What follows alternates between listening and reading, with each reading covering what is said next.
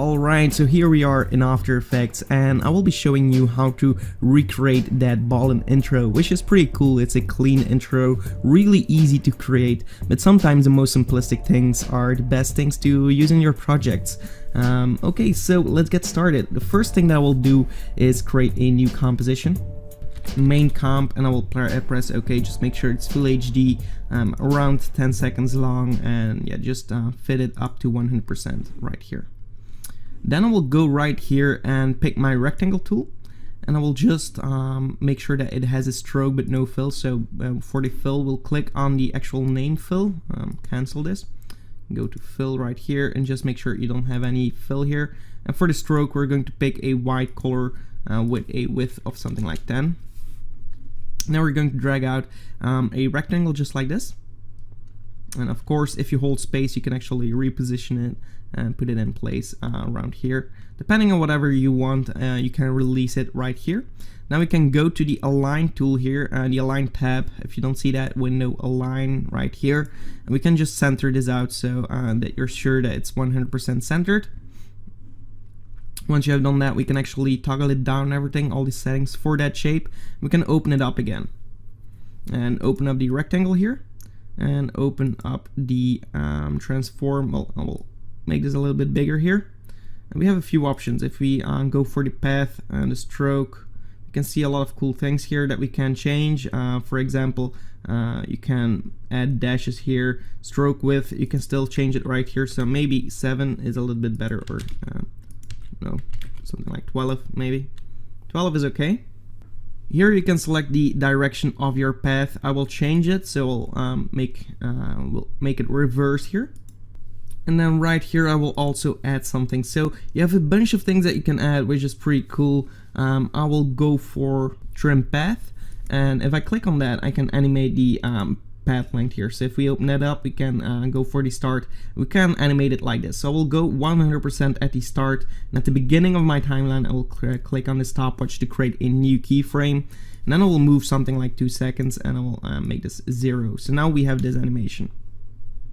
Really simple. I will select my 2 keyframes, right click, keyframe assistance, easy ease, and then I will jump into my graph editor right here, and I will make sure that I'm using the edit speed graph here. And I will start off quite fast, and well, maybe also a little bit slower, and just end really slow. So we'll drag this in here so we have a curve like this. And if I'm going to press 0, I will get something like this, which is pretty cool. I want it to end right here, so what I can do is offset it here. You can see we can offset it, and actually we will go to the beginning of my timeline, click on the keyframe, I will on the stopwatch for offset, and around 5 seconds I will also animate it just a little bit. And now we're going to see that it's also moving a little bit here, so it gives it a little bit more life, as you can see. So now we have something like this. Okay, that's great. We'll close everything down, close the graph editor, and now we can actually add our text. So go to the text tool, and I'm going to write something like tolerated cinematics. I will use the font Lato, so I will search that font. And for my first part, I will make it bold here, and the second part, I will make it light. There we go. So now we have a nice design title. I will move my title right here in the middle of my rectangle, and I will make it a little bit bigger. Make sure it starts from the center around here, and then also align it like so, and just maybe put it 1 pixel above so it's nicely centered in here. So now we have our text in the middle. What we'll do is go to the beginning of my timeline, click on the text, go to effects and presets, search for text, close it down, well, search for text, text. Okay, there we go. So now we have the folder text. I'm going to close this down and open it up again, and then you will see all the folders that you have right here. Open up, animate in, and what I want to use is actually the characters fade in. So fade up characters, that's right here. I'm going to drag that on my text, and now my characters are going to, well, actually fade up. I didn't want that. I want them to be random, so let's search a little bit further. Random fade up right here. I'm going to drag this onto my text. Now I have something like this, which is pretty cool.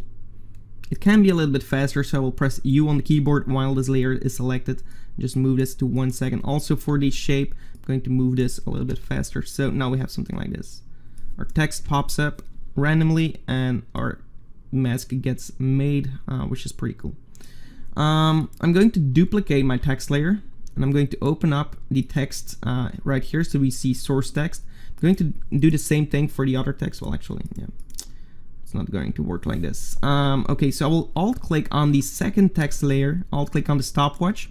I'm going to pick with the source text. So now what it's going to do is if you change this text, it's going to automatically change that other text to the same text. That's basically it. But we don't want it to be right here, so we'll scale it up a little bit. Like so, for example, move it down. We can actually just lock it so we don't accidentally click on it when we are trying to change the text right here. So now if I click on here, it's going to be the background text. And if I change this, you will see that the other text also changes. Right here on this text, well, before we actually lock it, we need to actually also random fade up here. So add a random fade up. And now we're going to get something like this. You can actually press U on the keyboard and just disable the keyframes, so we don't need any keyframes. We just want the text to be there, and that has a little bit of a part of this text. I'm going to scale it up, maybe position it right over here, and I'm going to lower the opacity to something like 10. Then go to Effects and Presets, Blur and Sharpen, add a Gaussian blur here, and I'm going to add like 50% blur, for example, maybe the opacity to something like 5, depending on what you want. And maybe you can just animate it slightly with a random fade up. So, well, actually we have the random fade up. Let's search it. That's right here. And actually, what I want to do is from 10 to 30, for example. And now it's going to fade up really slowly in the background, and we have some animation going on there. I'm going to duplicate that text and just position it right over here, and then also open it up and maybe play with animation here. Well, actually we have two animators, so we can delete the first one, I think, or okay, we're going to work with the second one. Doesn't really matter right now, but I want to change the randomness. So if I open this up, we can actually offset it here.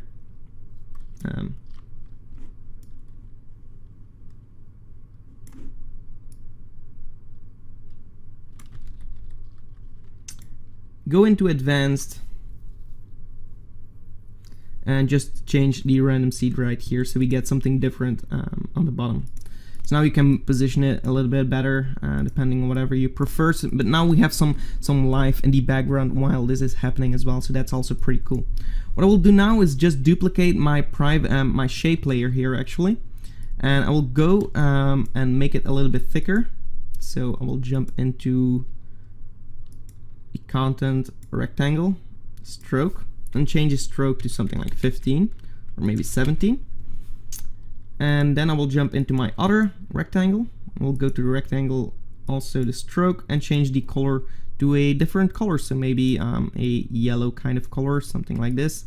And if we're going to animate this, we're not going to see anything because it's actually the same timing. We just want this to offset a little bit so that we can see the beginning, and then right here you will see the beginning. But because we're almost at the end, you're not going to see a big difference. But like, for example, right here, you can see that it's pretty long, and now we have this kind of animation. And immediately, because of the color that you add, it gives a lot more vibrance to everything. So you can go ahead and change your text maybe right here. Well, actually, see, you have to log them, and then you can just click on this text and nothing gets broken then again. We can also pick a yellow color for the text, for example, and that's also pretty cool. Now we have something like this. So it's really simple to recreate this part, and also for the next part actually. I'm going to toggle my switches and make everything a 3D, and lock them, 3D layer, and lock them again. And then I will add a camera to my scene here. So add a camera, 50 or 35, click OK.